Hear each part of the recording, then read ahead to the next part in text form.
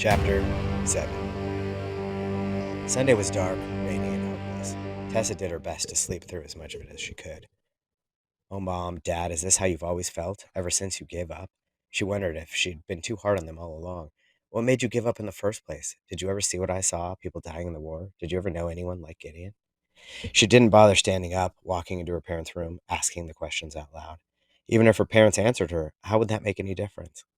Monday morning, Tessa had to go off to school. She banged around in her room, all getting ready, slamming drawers and doors and making as much noise as she could. Why should Gideon get to sleep late and relax all day? She thought bitterly. He's not a hero. He's a killer. He said so himself. I saw what he did. He should be in prison.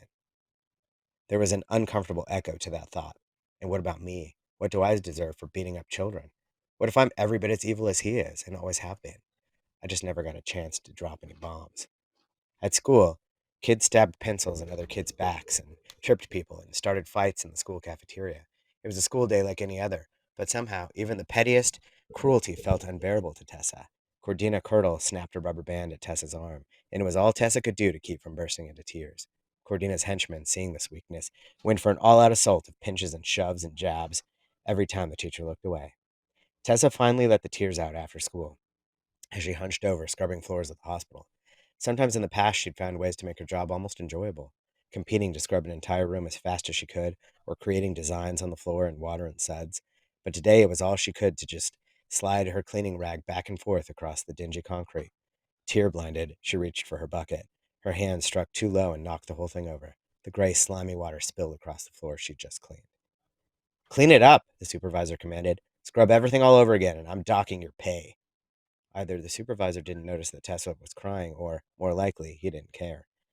Not fair, Tessa thought. After everyone else was gone and it was just her and the bucket and rag in the huge empty room, all that filthy concrete left to be scrubbed, this is Gideon's fault. He killed all those people, and he's the reason I'm crying, and he still gets to have some hope. Tessa almost dropped her rag. She froze. Was that right? Could she fling the accusation, still has hope, at someone who looked as anguished as Gideon had just about every single moment she spent in his presence? If he didn't have any hope, what did he want my computer for on Saturday? She asked herself. Why did he want to look at that video? Was he just hoping to destroy me too? Or she remembered that he told her she wouldn't want to see the video. He'd warned her not to look. So why? She remembered how final everything had looked on that computer screen. All those dead bodies, all those lives ended. But evidently it wasn't finished. There was still something Gideon had wanted to see. Some reason he had needed to scan those horrific images again. Was there still something he thought he could change? Tessa threw down her rag.